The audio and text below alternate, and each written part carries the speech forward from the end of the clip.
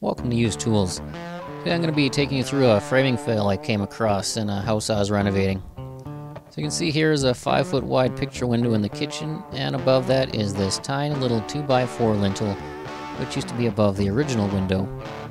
But above this window there is nothing, it's just a hollowed space, and the frame of the window itself is supporting the second floor and the roof above it. Completely worthless structurally. Now here in the ceiling you can see the space where there used to be a load-bearing wall, but someone in the past had removed that and they did absolutely nothing to reinforce the ends of the floor joists which that load-bearing wall used to be supporting. So you can see those floor joists just kind of dangling here, unsupported in midair. How the second floor was supported, I have no idea. I'm surprised nobody fell through.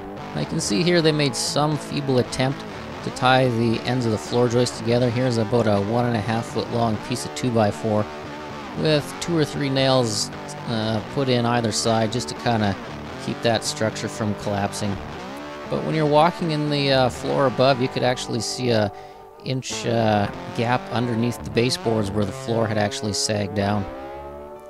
So here's the completed job. We put 2-ply 2x10 above the window, a 3-ply 2x8 across the span here, and the floor joists are secured to that with joist hangers on either side of the beam. We put a kingpin so that the foundation of the house itself supports that beam.